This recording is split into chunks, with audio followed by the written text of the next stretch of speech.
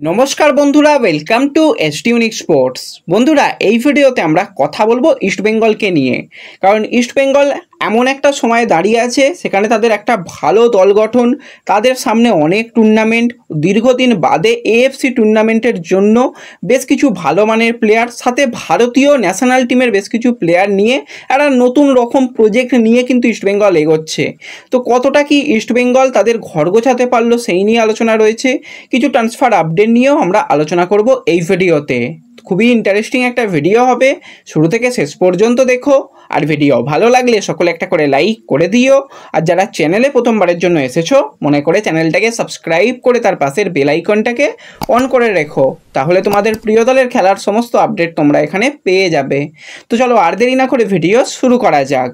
তো প্রথমেই যদি আমরা কথা বলি একটুখানি জিকসান সিংকে নিয়ে, তো কাল থেকেই এই ব্যাপারটা চলছে জিকসানকে নিয়ে। কালকে মোটামুটি তোমাদের একদম সকালই জানিয়ে দিয়েছিলাম, তারপর লাইভে এসেও বলেছিলাম, ভিডিও আকারেও সমস্ত কিছু জানিয়ে একটা জায়গা পর্যন্ত গিয়ে আমরা নিশ্চিত হয়েছিলাম যে হ্যাঁ, জিকসান সিং সে আসছে। তার মেডিকেলি কিছু ডকুমেন্টস, সেগুলো ক্লাবের কাছে এসে গেলেই কিন্তু ট্রান্সফার ফি যেটা ব্যাপার সেটা মিটে যাবে। যাই হোক, কালকে রাতের দিকে থেকে কিন্তু আবারও অন্যান্য জায়গা থেকে যেরকমটা করা হয় যে আরেকটু সাসপেন্স বাড়িয়ে দেওয়া, সেটা করা হয়েছিল। তারপর আমি সকালে তোমাদের বলে দিয়েছিলাম চিন্তার কিছু নেই, তারপর ভিডিও আকারেও বলে দিয়েছিলাম, কিন্তু আমরা অপেক্ষা করছিলাম যে কোনো একটা বড় মিডিয়া থেকে নিউজটা আসুক যে হ্যাঁ, জিকসান সিংয়ের ব্যাপারে ইস্টবেঙ্গল অনেকটাই এগিয়ে গেছে। শুধুমাত্র তার আশা, সাইন হওয়া, অফিসিয়াল হওয়া, যোগদান করা, এটাই শুধুমাত্র সময়ের ব্যাপার। তো সেই নিয়ে মোটামুটি এবার মার্কাসও মুখ খুলেছে। মার্কাসও সে জানিয়েছে যে চিন্তার কিছু নেই, সে কিন্তু ইস্টবেঙ্গলে আসছে। এখনও পর্যন্ত আজকের দিনে সে থাইল্যান্ডে রয়েছে। সে কিন্তু ওই কেরালা ব্লাস্টার্স দলের সঙ্গে বলতে গেলে যুক্ত নেই। যুক্ত নেই বলতে হয়তো একই হোটেল বা ইত্যাদিতে আছে, কিন্তু প্র্যাকটিসে যুক্ত নেই। আজকে তারা একটা প্র্যাকটিস ম্যাচ খেলেছে, সেই প্র্যাকটিস ম্যাচেও কিন্তু জিকসান নেই। আর এটাই মোটামুটি জিকসানকে নিয়ে আপডেট। এবার জিকসানের ব্যাপারে কবে অফিসিয়াল কনফার্মেশন আসবে এই নিয়ে সকলে একদম চিন্তিত রয়েছে। তো সেটা তো ক্লাব বা ম্যানেজমেন্ট ঠিক করবে, সেটা তো আমরা করার কেউ নয়। আমরা আমাদের দিক থেকে, আমাদের চ্যানেলে প্রথম দিন থেকে আমরা বলে এসেছিলাম, যেদিনই তোমরা সকলেই জানো যে একটা ডিল হাতছাড়া হয়েছিল, সেই হাতছাড়া হওয়ার সেই দিন থেকে বলেছিলাম ইস্টবেঙ্গল আজকের দিন থেকে সেকেন্ড চয়েসে যাচ্ছে। তারপরে কিন্তু হিন্টস দেওয়া, কথাবার্তা এগোলে সেটারও হিন্টস দেওয়া, কিন্তু কোনোভাবেই কিন্তু আমরা কখনোই বলিনি যে একদম কথাবার্তা এগোচ্ছে। যখন একদম কথাবার্তা এগিয়ে গিয়েছিল 3-4 দিন আগে থেকে, তখন থেকে তোমাদের জানিয়েছিলাম। তো এইভাবে যে ইস্টবেঙ্গল ম্যানেজমেন্ট একটা ভালো জাতীয় দলের প্লেয়ারকে নিয়ে মাঝ মাঠটাকে অনেকটা বেশি শক্তিশালী করে ফেলছে, এটা কিন্তু একটা ভালো আপগ্রেড সাইনিং হয়েছে। এই সাইনিংটা কিন্তু একটা দীর্ঘদিনের প্রজেক্টের জন্য কিন্তু ইস্টবেঙ্গলকে অনেক হেল্প করবে। রীতিমতন আমরা দেখতে পাচ্ছি ইস্টবেঙ্গলের দলে বেশ কিছু ন্যাশনাল টিমের প্লেয়ার রয়েছে। ডিফেন্স লাইনের ক্ষেত্রে লালচং নুঙ্গা, দুটো উইংয়ে, একদিকে নন্দ, অপরদিকে মহেশ। এছাড়া কিন্তু তোমরা দেখে নিয়েছো ডেভিড, সেও কিন্তু জাতীয় দলে ডাক পেয়েছে।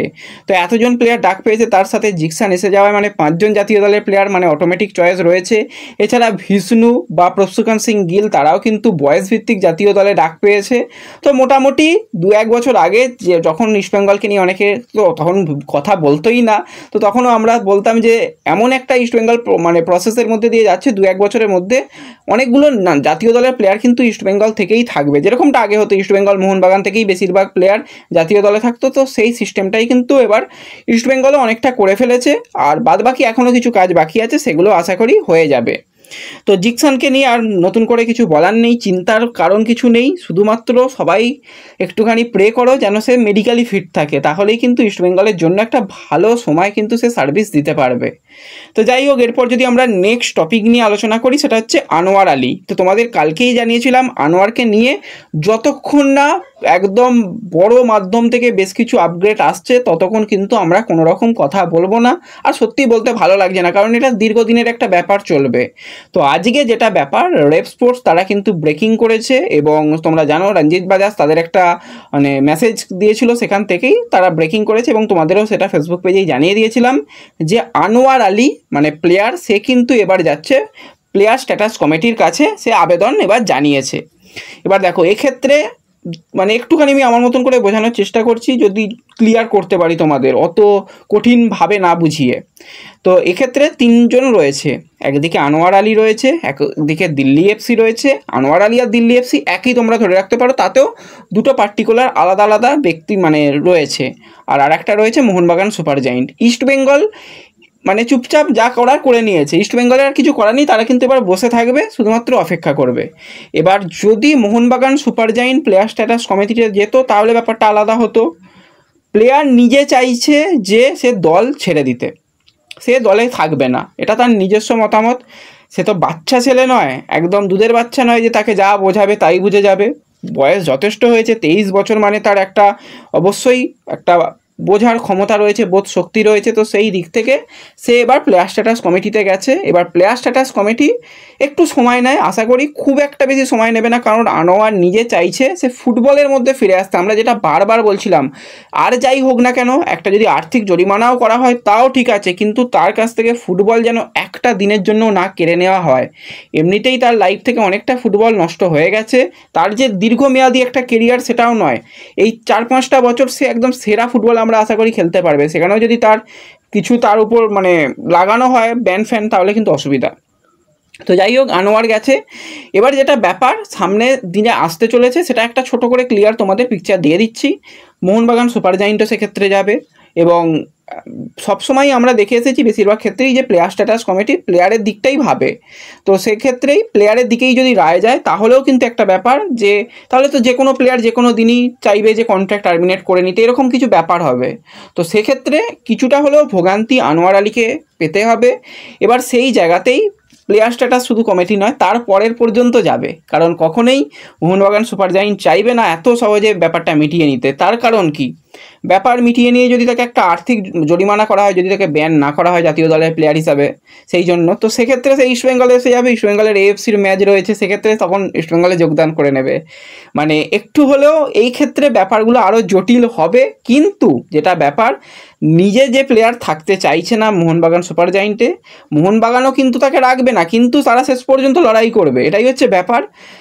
আজ না হয় কাল, সময় হয়তো লাগবে, সে কিন্তু ইস্টবেঙ্গলের আসবে। এবার ইস্টবেঙ্গল কখন এন্ট্রি নেবে একটুখানি বলে রাখি, ইস্টবেঙ্গল এন্ট্রি নেবে ঠিক সেই সময় যখন তার উপর একটা কিছু মানে চাপানো হবে, হয়তো আর্থিক জরিমানা, তাহলে তখন আর্থিক জরিমানা কে দেবে, আর্থিক জরিমানা তখন কিন্তু ইস্টবেঙ্গল পে করতে রাজি রয়েছে, এটুকু বলে রাখছি।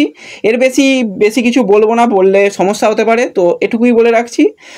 আর সময় লাগবে, আজকে বললেই আজ নয়, কালকে বললেই কাল নয়। আনোয়ার আলীকে নিয়ে আবারও যদি এরকম কোনো বড় আপডেট আসে তবেই আমরা আপডেট দেবো, তার আগে প্রতিদিন আনোয়ারকে নিয়ে জিজ্ঞাসা করার মতন কিছু নেই।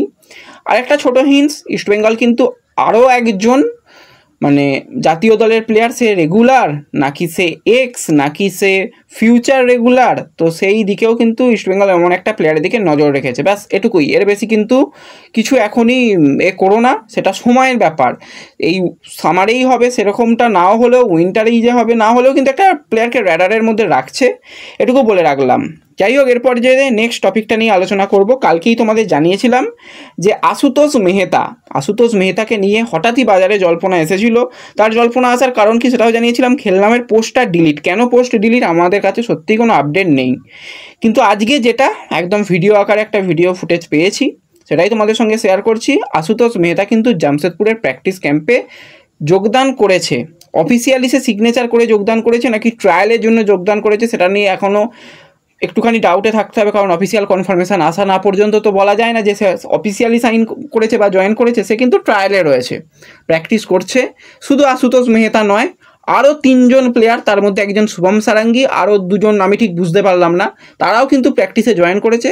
তো আশা করা যায় এরা কিন্তু র্যাডারের মধ্যে রয়েছে। হ্যাঁ, আর একটা প্লেয়ার সৌরভ মণ্ডল, খুব যদি ভুল না করি, যে একসময় ইস্টবেঙ্গলে খেলেছিল, চেন্নাই খেলেছিল, সেই সৌরভ, সেও রয়েছে। তো যাই হোক, এই প্লেয়াররা কিন্তু প্র্যাকটিসে রয়েছে, এরকমটাই আপডেট। তো ব্যাপারগুলো যেগুলো ক্লিয়ার পিকচার কতটা কি করতে পারলাম জানি না, চেষ্টা করেছি আমার মতন করে বলার বা বোঝানোর। যদি বোঝাতে সক্ষম হই বা যদি তোমাদের ভিডিওটা ভালো লাগে, যদি কোনো রকম তোমরা এখান থেকে ইনফর্ম পেয়ে থাকো, তো অবশ্যই চ্যানেলটাকে সাবস্ক্রাইব করে নিও, আর ভিডিও ভালো লাগলে লাইক শেয়ার করে দিও। তো দেখা হচ্ছে পরবর্তী ভিডিওতে, ধন্যবাদ।